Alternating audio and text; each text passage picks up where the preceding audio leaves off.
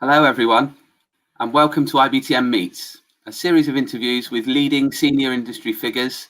My name is Hannam, Portfolio Director for IBTM Events, and I'm delighted to be joined here today by Oscar Cerezales, the Global Executive Vice President for the Corporate Division of MCI Group. We're joining Oscar in Singapore today. Oscar, it's great to have you here. Thank you so much for joining us. How are you today? Thank you. Very happy. I'm good, thank you. Raining today here in Singapore. All good. Great, excellent. Well, as I say, thanks for joining us, Oscar. Today really is all about sort of maybe a more informal chat, getting to know a bit about yourself, your journey through the industry, your perspective on really the global business events industry, because you've lived, worked in some amazing cities and really have a great broad experience of our own business events industry. So we've got a couple of questions, if that's okay with you, and if you're okay, we'll dive straight in. Go, shout. Excellent, cool. So tell us a little bit about you and your career journey, how it started and how you got into the world of business events. Well, that's a long story. I think I'm in that industry. Been in that industry for the last 25 years or so, or more maybe. I'm getting older. I'm engineer, right? And it's a long story, but after being an engineer, I started working in McKinsey. And I remember that back then, long time ago, there was that big project. Actually, there was a company working research for McKinsey. There was a big project on the European Union back then on tourism. And I was in charge of the research of the verticals. And there was that vertical, I don't remember the name, but what they call it back then, but it was the business, they call it business tourism or something like that. And I thought, okay, what's that? What's that? I didn't realize there was something like that. And I was starting looking at it and seeing all the numbers and the growth. Remember, there was back of the early 90s, the whole growth. I was based in Barcelona, my hometown back then. And I thought, well, that's a very interesting industry. So again, there's a longer story, but I ended up working in that industry, working in Barcelona for a company called GP, then moved to GL Events, working for the CCIV, the Convention Center. And then I moved to MCI, and MCI had the big opportunity to work for the whole association services community and business unit. And I moved to run the Americas for MCI, and I was based in Sao Paulo in Brazil, which was an interesting move for me and the family, right? Sure, to move from Barcelona to Sao Paulo, this metropolis. It's amazing country, amazing. But I really love being in Americas back then, not only Brazil, but they're all Americas. And look, 7 years ago, same with MCI, they offered me to move to actually the same job, to move to Asia Pacific. And I decided to be based in Singapore. It's a very convenient city, it's a hub. And I moved my family here. I'm here for the last 8 years, running Asia Pacific, and very recently, like last year, I say with the second role, which is running the corporate business unit of MCI globally. Excellent. Well, that is some journey spanning many continents. Yeah. And sounds amazing. I think like yourself, and I share the same, and previous people we've spoken to so many times, we always stumble across this industry almost by accident. Yes. And then you spend over 20 odd years in it. It's just one of those things that once you're in it, there's this pull of the industry. One of the most amazing things is the people within it and the passion they have for it. Absolutely. And it makes it such a great place to be and work. That's a great story. Thank you for sharing that. So what are the main things? We talked about Singapore as a hub, obviously, very well connected, a very forward thinking destination and city. But what are the main things you like about living where you are now? Oh, look, I think, Singapore is a very, as I said, is a very convenient destination. It's a convenient city. Everything works here. I don't know if you've been in Singapore.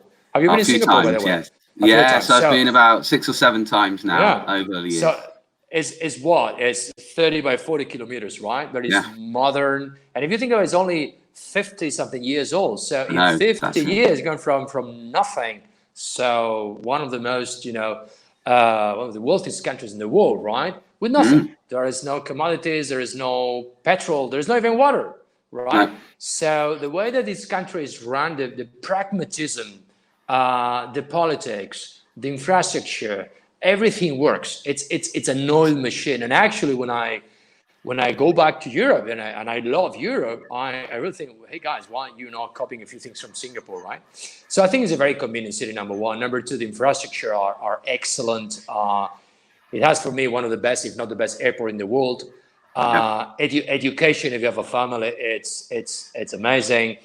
Also, as having a family and kids, safety is one of the safest countries in the world. And the majority of as you know, the headquarters are of global headquarters of any industry, Asia Pacific or even Asia, they're based in Singapore. So to me, it was a no-brainer. It was a no-brainer to move the family here for all those combinations. Now, on the other side, it's hot and humid. So if you like hot and humid, it's good. Food, if you like the food, the Asian food is great. Food is terrific, absolutely. Yeah, but I'm really enjoying it. Again, I've been here for 7 years, and I kind of say, it's an amazing, amazing destination, city and country. It sure is. And we're, of course, looking to come there again in April next year for IBTM. Yes. So yes. Fantastic times. Great. So I suppose a lot of people would look at that story, Oscar, and be quite inspired by it, frankly. And I know a lot of people have made that journey, but your journey is very varied and full of really understanding the fabric of the destination, and really a great experience for both you and the family.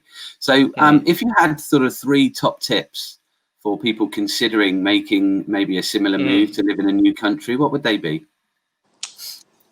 Wow, that's a tough question. I would say, look, number one is prepare yourself. It's going to be painful. That's number one. I mean, I can tell you all the good things I moved my family to Brazil. I moved my family to Singapore. I've been, worrying, but, it comes with a cost as well.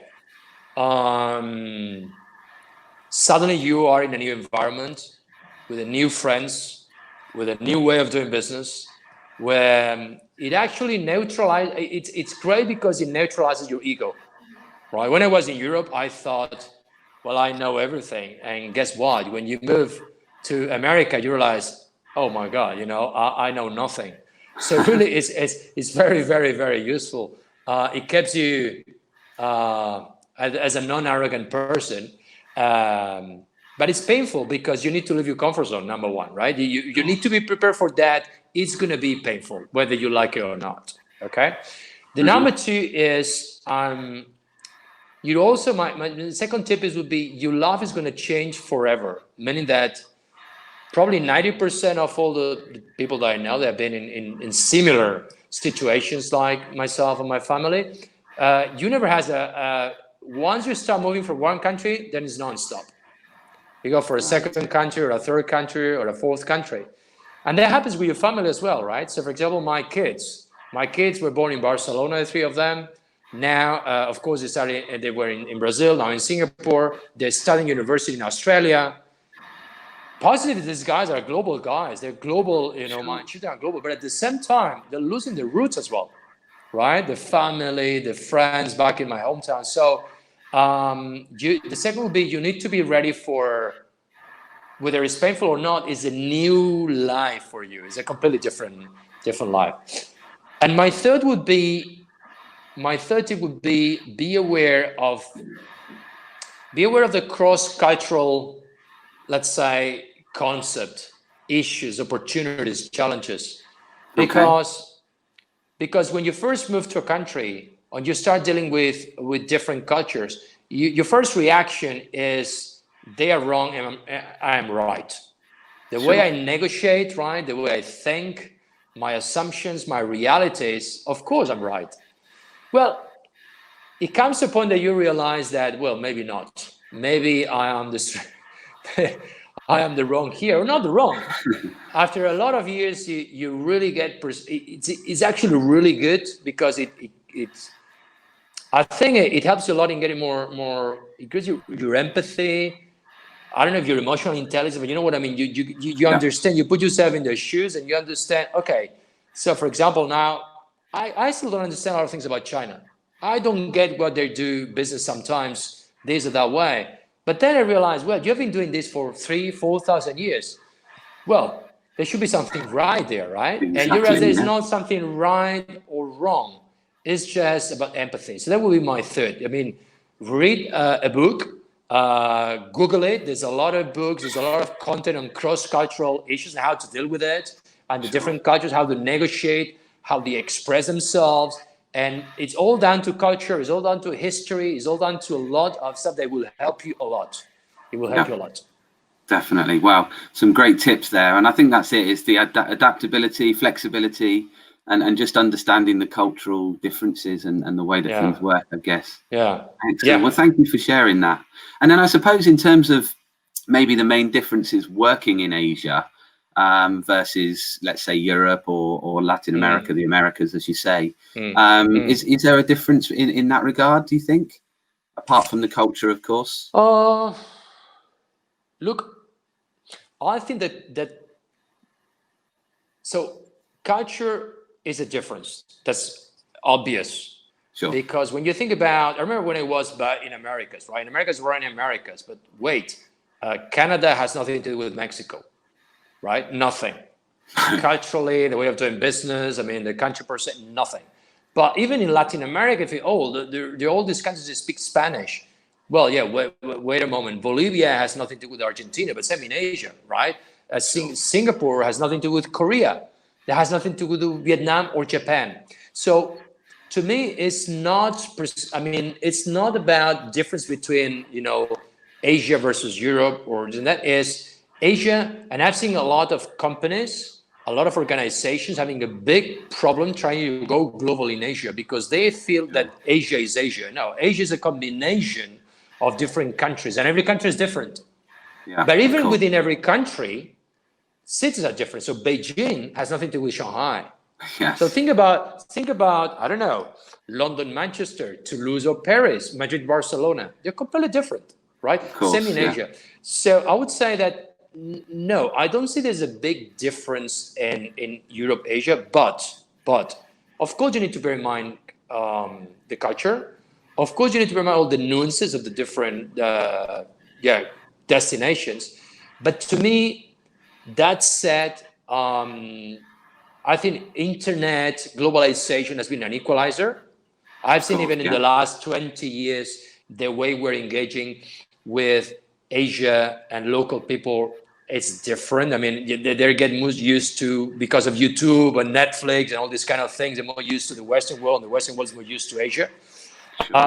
So indeed, but is equalized. Now, I do think that the main difference, actually, for all of us in our industry, we need to pay attention. The main difference is not the geography per se. The main difference is, for example, in business models. The business models that run in Asia or Europe, it could be different. The way that in our industry, a convention bureau is run, right? An association is growing its membership, or a corporate, they organize their webinars. They're different, right? So that makes a big difference, right? Then I would say also the collective mindset. I think that here the level of collectivity when it comes to decision making is different. It's more collective, but at the same time it's more pragmatic, right? The countries here are really pragmatic. I would say that maybe, well, not maybe. I mean, data shows that this is a more of a shorter lead kind of region. You want to say that? I mean, it's literally what's, I don't know. If we need to wait 1 month for something in Europe, here it's happening 2 or 3 days. Sure. So because of that, the visibility, it's less. It's not. It's more important, but you have less visibility. So in a moment like now, it doesn't matter because no one has enough visibility. But when business is back to normal, even visibility. So you need to come up with a different way of doing business if you want.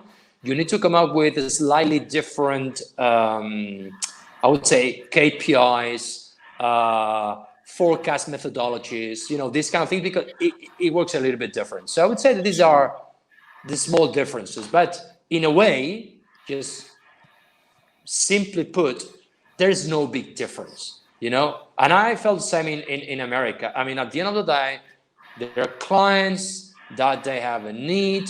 You need to have enough empathy to understand their pains, how to relieve their pains. create the right value proposition. In other words, you need to transform need into demand, right? Yeah. And then, you know, to have a replicable and a scalable model like you guys have or we have in our company, and just fill in the needs, right? So yeah, I think that's it.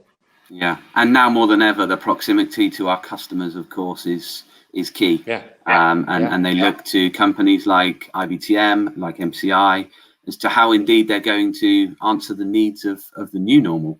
But the first beginning, you know, the entry point to all of that, of course, is what does the customer need, and what are we looking to do? How do we understand that? And understanding all of those things, I think, are all valid. But you know, understanding all of those is key to moving that forward. Great, thank you so much for sharing that. Yeah, absolutely. Great. Okay, and then obviously, you know, we alluded to it earlier. We're very excited about IBTM Asia Pacific coming into Singapore in 2021. What's the one or two things that you may be looking forward to with having a new event and platform like that in your now home city? Okay, that's another good question. Okay, and you want me to be direct, right? Please. And transparent. Okay, look, I think Oscar representing the professionals of the industry, and it sounds a bit arrogant, sorry about that, but I think that we are looking for something different. Sure. We all been there's a lot of shows out there and meetings and communities in our industry, right? There are absolutely hundreds of thousands, right? Of shows and conferences, and global and local and regional. I think we're all expecting something a bit different. So we understand the model of a trade show, great, but I'm looking more for a platform.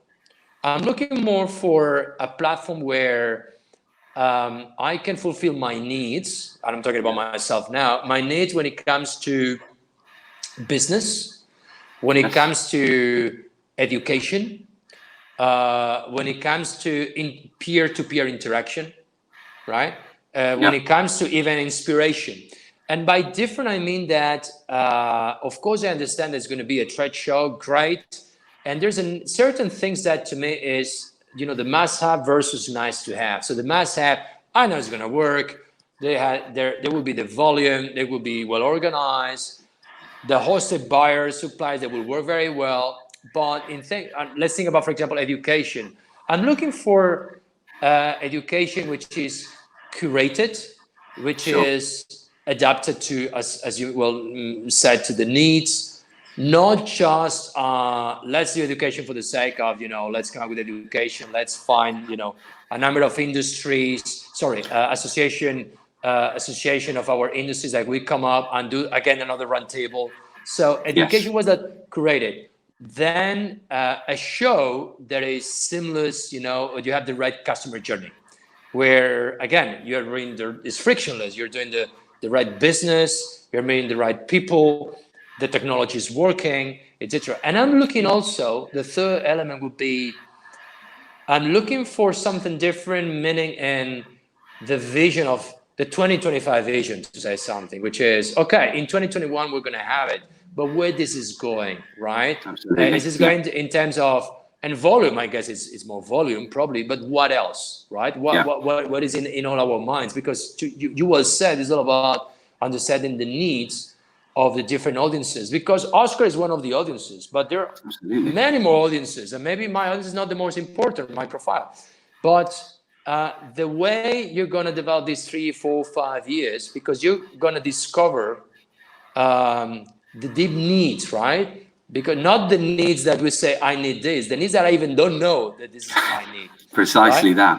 Yeah. So I know it's a bit of a big job, but I think that when I mean that I'm looking for something different is I'm looking for not just another show. I'm looking for something which is the place to be. You know, I want to be. I mean, these dates, I need to log my calendar every year. This is happening in Singapore. Yeah. Okay, log. Okay, because it's giving me what I want. Absolutely. That would be my desire. Great. Well, we hope to fulfill that desire, of course. And actually, a lot of the points you made, Oscar, were very prevalent in a lot of the research we did.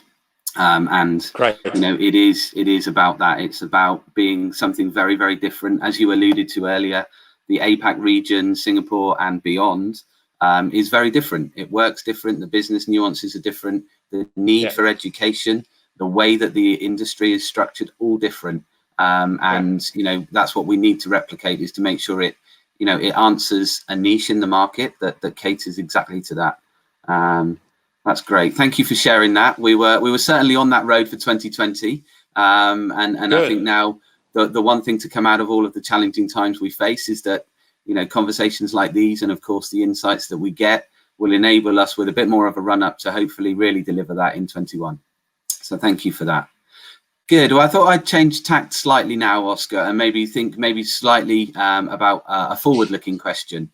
So from your experience of running large global teams and seeing many, many changes, not only in the markets, but the industry itself, what do you think are the key things that may be important longer term now in terms of how we manage and how we provide corporate events? Big question, I know. Okay. Crystal ball time. Okay. Crystal ball time. Okay, let's try to.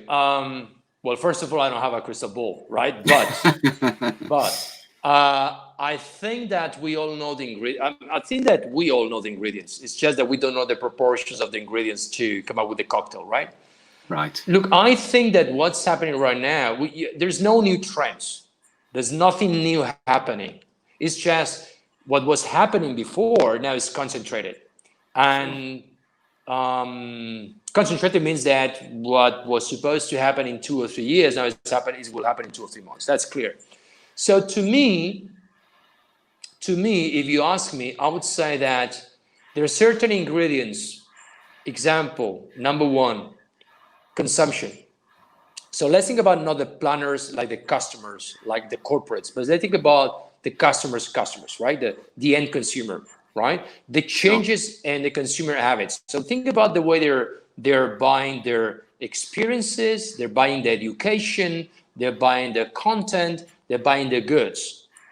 Is this going to be the low-touch economy that we're living today, where we're buying everything internet by internet? We're having this conversation right now through this platform, or it's going to be back to a little bit of a mid or high-touch economy, because that will change everything, right? Sure. The second, and it's like a slider, right? If we go to the left to the right, it will change everything, and the way that corporates organize their events, for example. Then I would think about something on the rebound. So the second element of the rebound would be, when is that going to happen? It's going to be, short term, fingers crossed, or it's going to be long term, because that changes everything. Absolutely. It's going to be also a rebound by phases, different speeds with different countries, and it's going to be V-shaped back to normal. It's going to be W-shaped with a second wave in the. So why it changes a lot is because if it's long term, W-shaped with a second wave of the virus, etc., we'll see a crisis, a bigger crisis coming probably. And that means that the long term will be fragmentation and consolidation in the market. We'll see people running out of business. We'll see probably corporates spending less in marketing, right? Yeah. But let's add the third element there. The third element would be exactly the marketing spend. You will see companies, and I'll see them today, that they will spend more in marketing because they need to either keep or bring more clients. Absolutely. There are companies that will spend same or less. So depending on the spend, the corporate market will change. Second, move the slider on the digital or the face-to-face spend. So if I'm a marketeer, right, and if I spend more or less marketing dollars, but I may spend more in digital or in face-to-face, right, the outcome is going to be completely different. One of the, not only expectations, one of the things that we haven't seen in the last years is that there are more and more and more corporates than ever. It's getting fragmented. Marketeers, they have an omni-channel in front of them. They're fragmenting their spend. There are more events than ever, but it's smaller than ever on average. And the reason is that smaller audiences are better in terms of engagement, right? Now let's think about the fourth element. Think about governments. What about if it's the rise of protectionism? Right? What about if a government gives more or less support to our industry? Subsidies, access to loans, or a government is going to increase the public spend. Think about events, think about protecting convention centers, etc. That would change the whole thing, right? Absolutely. And the last point also, think about the organizations per se. Any organization, the way they organize their structures, their organograms, the skills, probably they're going to be more variable costing than ever, more freelancers, more contractors, remote work, everything. So now just put all these elements into a cocktail, you shake it, right? Or just move the slide and you will have different futures. Now, if you ask me, and there is a no-brainer, there's going to be more digital for sure. Absolutely. No question. There's going to be different for sure. But to me, it's going to be number one, it's not going to be B2B or B2C. It's going to be forever B2B2C. Because everyone has access to the end customer. That's number one. Of course. And that changes a lot of strategies. You're going to see, regardless of how you play with everything, you will see changes in the way, in how corporates outsource versus today. You're going to see an increase, as I said, of the gig economy and the freelancing and everything. Mm-hmm. You will see a fragmentation, a consolidation, both. There will be extremes, right? And I see, and with that I will finish, a new economics. And the new economics means that we've been working for the last, 3-4 decades in a market where everything was, let's say, locked down, in the mean that there were specific roles in the industry. Yes. And there were specific business models in the industry. And each ecosystem, it was an old machine. So you got the trade show organizers, the convention shows, the hotels, the convention centers, the PCOs, the corporates, the associations, the media, and they all know how to make money, right? And how to exist and how to replicate their business model. But now it changes because digital, for example, is bringing new economics where this is not, there are lower margins, there's more of a long tail. It requires volume, right? And it will require different skills. It will require different organizations, and it will require different mindset as an organization. So I think that they will apply to corporate events, and the changes in the value chain of our industry will be interesting, exciting, and they will see there's huge challenges ahead of us, and it's going to be worse than a lot of people are thinking about, but at the same time, we're going to have huge opportunities ahead of us that maybe we still don't see them coming. So exciting times for all Indeed. of us. I think that's the one constant is the new, the change, the uncertainty, the unknown to a degree. But as you say, if we're close enough to our customers, we understand our industry and our business, then opportunity will always prevail. And that's something to, of course, for all of us to look forward to. Yes. Oscar, that is brilliant. Thank you so much. I think that's all the questions we have for now. But all I'd wanted to say is from London to Singapore, thank you for your time today. It's been really, really great to catch up with you. Right. We are all craving that time that at one event or another, we have the opportunity to catch up, to meet, and maybe we'll get a chance to share that cocktail, that however that looks, we'll maybe get a chance to share that you share. So thank you so much. Really enjoy the rest of your day, and we look forward, as I say, catching up very, very soon, face to face. Take care, stay safe. Thank you. And thank you for sharing your time with IBTM Meets.